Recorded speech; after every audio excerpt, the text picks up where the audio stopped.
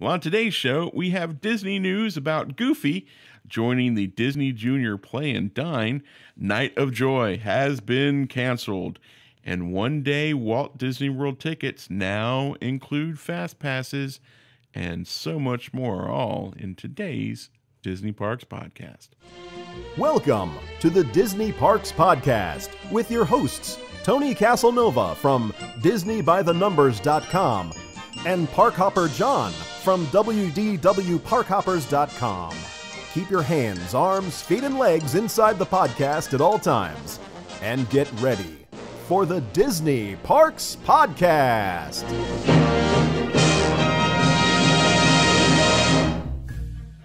We know that coming to Walt Disney World can be very overwhelming with all the fast passes, the dining reservations.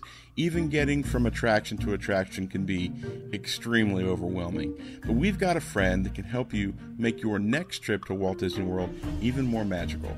It's Ramon and Theme Park Concierges. You can visit themeparkconcierges.com or call them at 407-257-9973. Ramon and his amazing team of VIP concierges will take care of you from the moment you arrive at the park until the moment you go back to your resort. They can take care of you for a 4-hour time slot or a full day. It all depends on what you need. They can take care of your dining reservations, your fast passes, and even make sure that you find even more magic hidden in the Disney parks. Well, contact our friends, themeparkconcierges.com, or call 407-257-9973 and tell them your friends over at the Disney Parks Podcast sent you. And now, Disney Parks Podcast News. Hey, Goofy is now joining the Disney Junior Play and Dine at the Hollywood studio. Yay! I thought he was there. Anyway, beginning May 13th, Goofy will be joining in the fun at the Disney Junior Play and Dine character meals at Disney's Hollywood Studios, Hollywood and Vine restaurant. This is that way overpriced buffet that I was just at. For breakfast. You were there for breakfast? Lunch. Lunch? Yeah. Oh, for lunch, yeah. It was way overpriced. Yeah. Goofy will be in his racing suit from Mickey and the Roadster Races, which will debut on debuted on Disney Junior last year. Right. Unfortunately, with this edition, Handy Manny will hanging up his tool belt and will no longer appear at Hollywood and Vine. How do you say goodbye, Handy? Adios. How do you say goodbye, Andy? Handy? Adios. Adios, Handy Manny. I didn't see Handy when I was there. We got Mickey, Minnie, No. Donald. Goofy's joining the Disney Junior Play and Dine at Hollywood Studios, but over at the Disney Junior show, Handy Mandy's out. And Goofy Roadsters, Mickey and the Roadster Racers is in.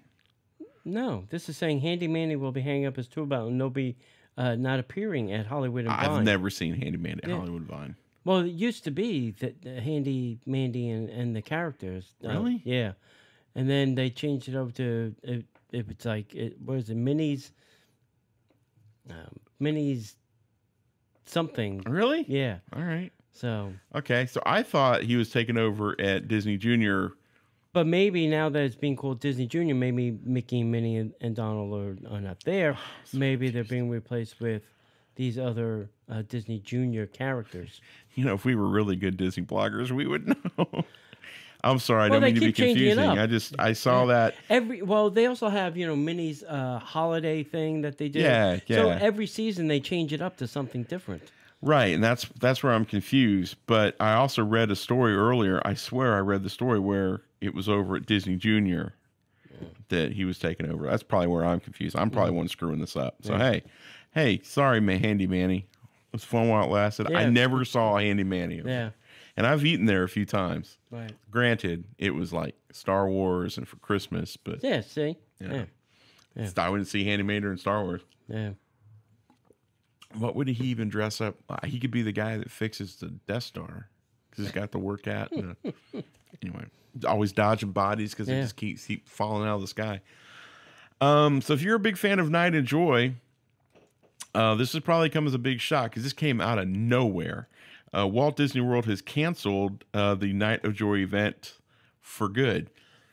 Excuse me. Walt Disney World Resort announced last week that it will no longer host the annual Night of Joy, which is a Christmas music festival that's been held at Disney for 35 years. Yeah, it's time to get active. A spokeswoman from Disney confirmed last Thursday that last year was their last event. When the event began in 1983, it took place in the Magic Kingdom Park for 2 years at Disney's Hollywood Studios, where the event was held, and for the past 2 years, it's been over at ESPN's Wide World of Sports complex. Now, you might remember that the event's second night in 2017 was canceled because of this pesky little Hurricane Irma that come blowing through, making its way through the Orlando area. And who doesn't forget that night? It wasn't a night of joy. It was a night of holy crapness. Yeah. The festival has attracted big-name Christian music genre and artists, including Stephen Curtis Chapman, Amy Grant, Jarza Clay, Newsboys, Casting Crowns, Chris Tomlin, Kurt Franklin, Who Revolution, whoop, whoop, Michael W. Smith, CeCe Winan, Striper, and Debbie Boone. Wow, with Toby Mac and Mercy Me being among the performers at the final event last year. Reportedly, eliminating Night of Joy is part of Disney World's philosophy of continually changing our offerings. The Disney World spokesperson said, I've got a thought about that. If a visit to Universal Studios is in the cards for you, then they hold a extra ticket event called Rock the Universe, which features pretty much the same artists. That event takes place September 7th and 8th of this year. Christian artists Mercy Me and Torrin Wills, are already set to perform at the Eat to the Beat concert series, part of the Epcot International Food and Wine Festival this year. Ironic that they're talking about having Christian artists at the Food and Wine Festival, especially with my situation. Yeah. I don't think that Orlando was not big enough for two major theme parks to have a Christian festival. And a lot of people have really gotten on Disney's case about, getting rid of Night of Joy. And I understand they're continually changing their offerings, but if you've been holding a festival for 35 years, why would you stop? Now, I understand that there's a lot of complaints about Night of Joy when it was at like the Magic Kingdom, because it was just kind of like, parents just dropped their kids off and it was unfettered free craziness. Babysitting. Yeah. But I'm not really sure how I feel about that. I feel bad. Yeah. I think the ESPN was a great solution, but like we were saying, there's nothing for the kids to do but go to the concert. Right. There's no attractions so if they're not there for any one of the bands, right, well, then they'd be bored out of their minds. And literally, they bust them in. Yeah. I mean, the Magic Kingdom parking lot is just filled with buses. Yeah, and see, here's the thing about that. When you go, there's other festivals that come through Florida, like Winter Jam comes through every year. Winter Jam is held at like the Amway Arena or Tampa's Arena, right. and they don't have a theme park. And it's you come in and you do your deal and then you go home. They bust them in there too. So I do understand the concept of, well, there's no attractions there, but at the same time, you're not there for attractions. You're there for 2 nights worth of concerts. Right. The conspiracy theorist in me, I was always reading stuff into it, but Night of Joy is no more. So now, if you want to get your Christian concert on, Disney is forcing you to go to Universal. There you go. There you go. Hey, Universal will take their money. They will gladly take the money. Yep. All right, so Disney's changing it up here a little bit. Disney World here in Florida is now offering a one-day ticket, one park, with pre-made, pre-arranged, pre-selected fast passes attached to the ticket media. It's a horrible idea. Well, we'll see. Yeah. The ticket is broken down into several packages, and the FastPass Plus selections are pre-made and already linked to the purchased ticket, so that guests purchasing last-minute tickets don't have to worry about finding and making FastPass reservations for themselves. So, here are the options. All right. If you buy a Magic Kingdom ticket, you will get It's a Small World, Dumbo, and the Mad Tea Party. you'll get Buzz Lightyear Space Ranger Spin, Haunted Mansion, Tomorrowland Speedway, the Barnstormer, Magic Carpets of Aladdin, and Pirates of the Caribbean, Under the Sea, Journey of the Little Mermaid, Many Adventures of Winnie the Pooh, Monsters Inc. Class 4. Now, what is missing off of all of the E-ticket attractions or D-ticket attractions? Yeah. Now, just to be clear, you don't get fast passes to all of those attractions. I'm not sure. You get them to some. Surely you're not going to get a... Oh, I see what you're saying. Yeah. So if you get the Fantasyland Classics, it's a Small World Dumbo and Mad Tea Party.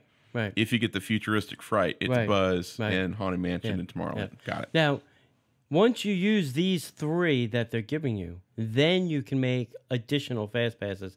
But you cannot make any additional fast passes until all 3 of these are consumed. So even if you don't want to go on that ride, you're still going to have to tap your Magic Band at that attraction so that it can register it completed. Yep. If you're going to Epcot, they have 2 choices over there. One is called the Immersive Explorations, which is Spaceship Earth, Living with the Land, and Nemo. The other one is what they're calling Delightful Encounters, which is the Seas with Nemo, Turtle Talk with Crush, and Journey into Imagination with Figment. Now, if you're heading to the studio, they have 2 options. They have the sensational stage shows, which is Beauty and the Beast, Frozen Sing-Along, and Voyage of the Little Mermaid. Or they have the movie-inspired entertainment, which is Muppet Vision 3D, Star Tours, and Indiana Jones Stunt Spectacular. Shouldn't the mermaid thing been in the movie one and the stage show Indiana Jones? Don't think about it too hard. Okay. Don't. Just checking. Don't worry your pretty little head about it.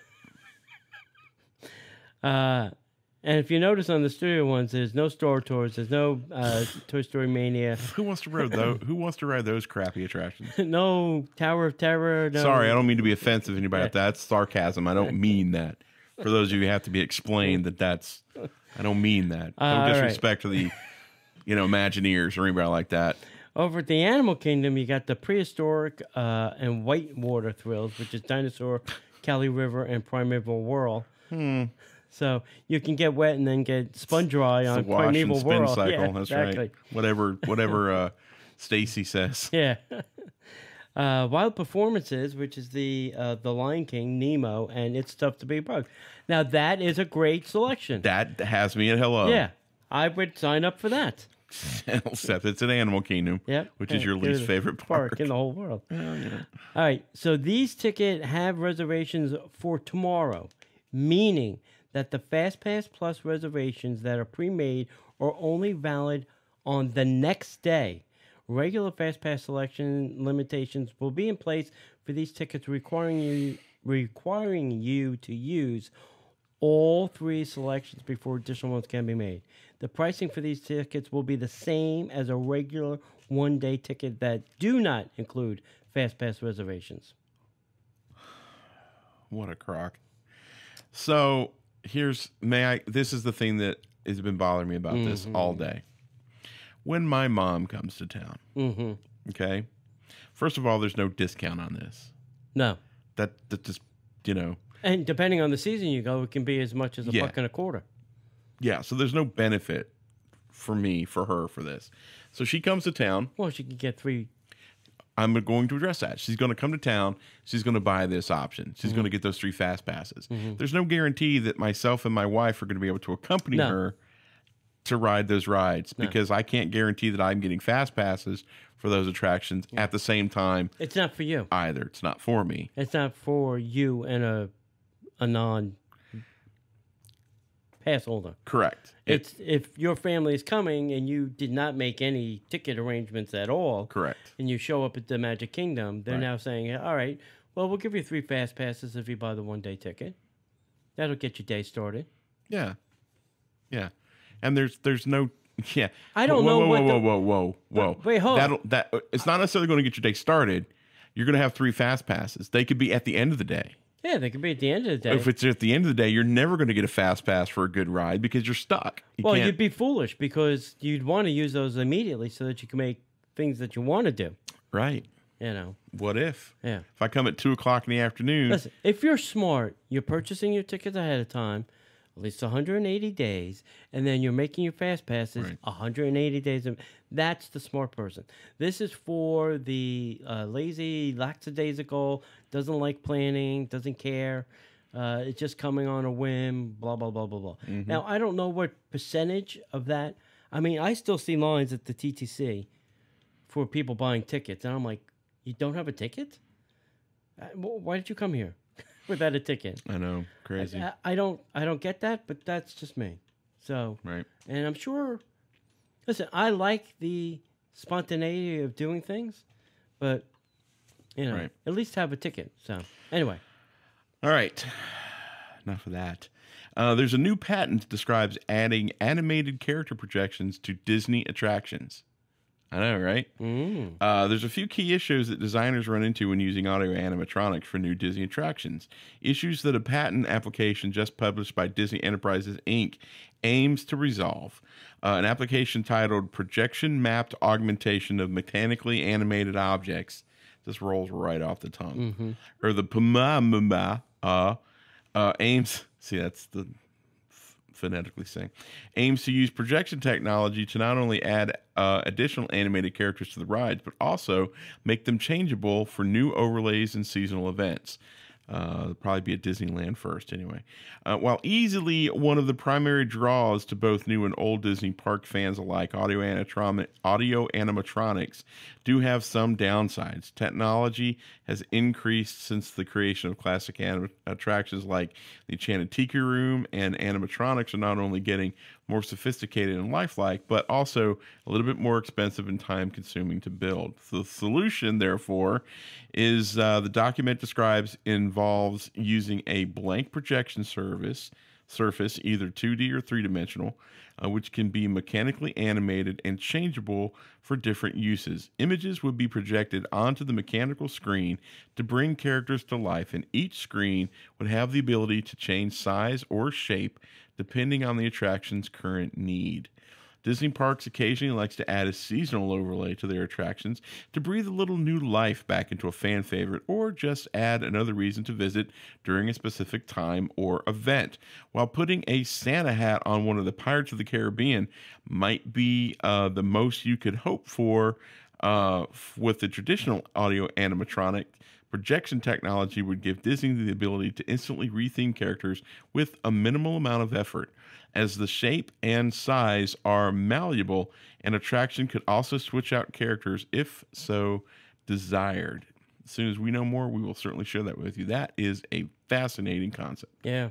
Can you imagine they just change out the projector? It could be a completely new character. That'd be awesome. Yeah. You would take Johnny Depp out and put Will Turner in. Yeah, exactly. Why not? Yeah. We could do all sorts of crazy stuff with that. And that would... We might get Christmas overlays. That's what I was going to say. That might be the solution for Walt Disney World, to start getting some Christmas overlays and Halloween overlays during Christmas. Maybe we'll get the Haunted Mansion treatment like Disneyland does. But like I said earlier, Disneyland will probably get it first. And, Well, they'll test it over there first. Yeah, whatever. All right, one of my favorite events is coming back. Yeah? Actually, it's not coming back. It's staying. Yeah? The After Hours event is coming back with a passion.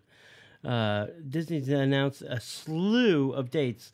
I think we'll leave all the dates. We'll post all the dates in the blog. But it's running from June 28th all the way until September 20th. On every, it seems like Thursday, Saturday, Monday. So any one of those days. And this time it's running from 10 p.m. to 1 a.m. Yeah, buddy. Yeah, so this is a very limited event. They don't sell a bazillion tickets. I think the number's around 3,000 to 5,000. Right. If I was a guessing man. You do get free popcorn, free ice cream novelties, and bottled drinks.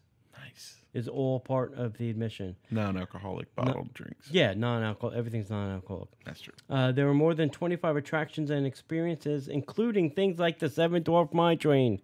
Doot, doot. Under the Sea, Journeys of the Little Mermaid, Space Mountain, Peter Pan's Flight, and many, many more. Sweet. Yeah, so if you want to do the mountains, you can do the mountains. You want to go on the mine train all day, you go on the mine train. One of my favorite events, like I said, I would get rid of my pass if they would do this in every park. All right, tickets for this can be purchased by calling 407-827-7185. The advanced purchase price is $119 plus tax. And if you do it the day of, if there's any left, it's $124. Don't forget to tell them that either you're an annual pass holder or a DVC member, and you get a discount, which brings it down to about $98 and change with the tax. Sweet. So I think $100 to do this. My brother's coming down for one of the June dates, and we're all booked. Good for you, man. Because That's awesome. he's like, oh, wait, I don't have to wait in any lines. No. No. No. Maybe a couple minutes, but nothing like totally 20, 30 it. minutes. Yeah. Oh, it's still totally worth it. Yeah. Totes. Yeah. All righty then. That's interesting. Disney Eats is the newest addition to the Disney Digital Network. Who knew, right? Mm-hmm. Disney's just launched a new online channel and website, eats.disney.com. They got rid of the .go.gov.com /...br549. It's just redirects right back to it. Son of a gun. Eats.disney.com, which focuses on families and food as part of its digital Disney Digital Network. Disney Eats will contain all the culinary content that Disney fans crave, highlighting recipes from in and out of the parks. As Disney Eats themselves put it, and I quote, "Whenever you're looking for an Instagram-worthy lunch to make for your family, curious about the latest food craze from Tokyo Disney, or an aspiring chef who wants to cook the perfect ratatouille, Disney Eats gives you access to a world of culinary adventure." Shows announced for the channel so far include, I'll get through it, hang on. Excuse me. The sandwich and the water come back to haunt me. Chicken Little, where celebrity chefs are paired with children to create a meal. Tiny Kitchen, where miniature versions of Disney foods are created. And Must Be Science, a science-centered food show. These programs were created in collaboration with the entertainment company Tastemade. The site will place a large focus on meals prepared by parents with their children, and Disney says it will adhere to nutritional guidelines for the meals it showcases. The website will also promote kitchen utensils from Shop Disney's Disney Eats collection, because at the end of this attraction, there's definitely a gift shop. Right. As of today, Disney Eats channel has 18 videos showcasing treats based around popular intellectual properties like The Little Mermaid, The Nightmare Before Christmas, Big Hero 6, and of course, Mickey and Minnie Mouse. Oh yeah, I forgot one. Yeah. Some Toy Story something. Disney food bloggers, it's game over. What do you think about this? I mean, every food blogger, Disney food blogger's kind of been safe. You know, that Disney hasn't gone in that terrain and that pool, dipped their toe in it. Yep. This is game over for you all. Because if you go to this, there is lots of great content there about Disney food. Yeah. And I can see, like, the Disney Food Lab, you know, here at Walt Disney World, almost having, like, their own channel where they can kind of bring you in and show you what they're working on, you know, if they so chose to. Yep. Yeah, I think this is going to give the Disney food bloggers a good run for their money. Yeah, because the one thing that Disney food bloggers don't have that Disney has is access to the behind-the-scenes stuff. Yeah. Because we can't do that. Well, they'll have press events and stuff, but they're not going to show you, and they're not going to give you the ability to create the content like Disney's doing. So we should talk to our buddy Kristen and see what she thinks about this. It's probably not going to do a lot of damage to her blog, but... It's certainly... They start getting traction like the Disney Parks blog. Yeah, totally. I understand that. I'm just waiting for Disney. That was a game changer for all the bloggers, us park bloggers. Right. I'm just looking forward to when Disney starts doing their own podcast. Then what are you going to do? Hi, we're the Disney lawyer team. We have a cease and desist. We like to eminent domain your name. I have one for you, too. I have one for you, too. Get off my lawn. All right, let's do the headline news. The Disney Style Store in Disney Springs opened on Sunday. We missed it We walked right It past opened? Yeah. Oh, well, it wasn't open when we bought it 'cause we were on Saturday. Yeah. Oh, Yeah, dadgum. We missed the opportunity for you to get a new dress. Yeah. I hate that. Disney Channel greenlights new shows about kids who use crowdsourcing to make decisions. Because God knows they can't think for themselves. Oh, I'm sorry. Did I say that in my outside voice? Do we need a show to tell kids that that's not a good idea? Don't answer that question. I can't answer that question without being totally a... Yeah. Maleficent 2 cast Harris Dickerson as the prince, and the Jungle Cruise adds Paul Giamatti. That is going to be interesting. 1 out of 2 ain't bad. I don't know who Harris Dickinson is. I don't know who he is either. Yep. I am shocked, but Paddlefish wins Best Seafood Restaurant in the Orlando Magazine Reader's Choice Awards? That Really? can't be real. All right. They do have pretty good seafood there. If you're gonna go with seafood, the seafood's good. It's all the other stuff that they do on the menu that I don't agree with. As long as you're sitting in the restaurant Yes. and it's not busy Yes. and you order something that's very expensive that a chef actually has to cook on days that end with R, yeah, totally worth it. Here's another interesting one. The Crystal Palace at the Magic Kingdom is now serving beer, wine, and hard ciders. We'll call you. Don't call us. No, it's David. No. New cast member parking lot is opening over at the studios. New cast service parking lot and nice. cast service building. Nice. Yep. All right. Well, that does it for this week. We want to make sure that you guys come and visit us at DisneyParksPodcast.com. You can also find us on Facebook at Disney Parks Podcast, YouTube at Disney Parks Podcast, and the Twitter at Disney Podcaster. Hey, don't forget to check out our brand new Instagram page at Disney Parks Podcast. We can't wait to see you. Thank you for taking time out of your busy week to share this with us. We don't mean to cram the ending in, but we're behind on our interview. So after that, my friends, I guess we'll just see you in the parks. The Disney Parks Podcast is not affiliated with the Walt Disney Company. All Disney parks, attractions, lands, shows, event names, etc. are registered trademarks of the Walt Disney Company. Like a bolt out of the blue, fate steps in and sees you through. One wish upon a star, you're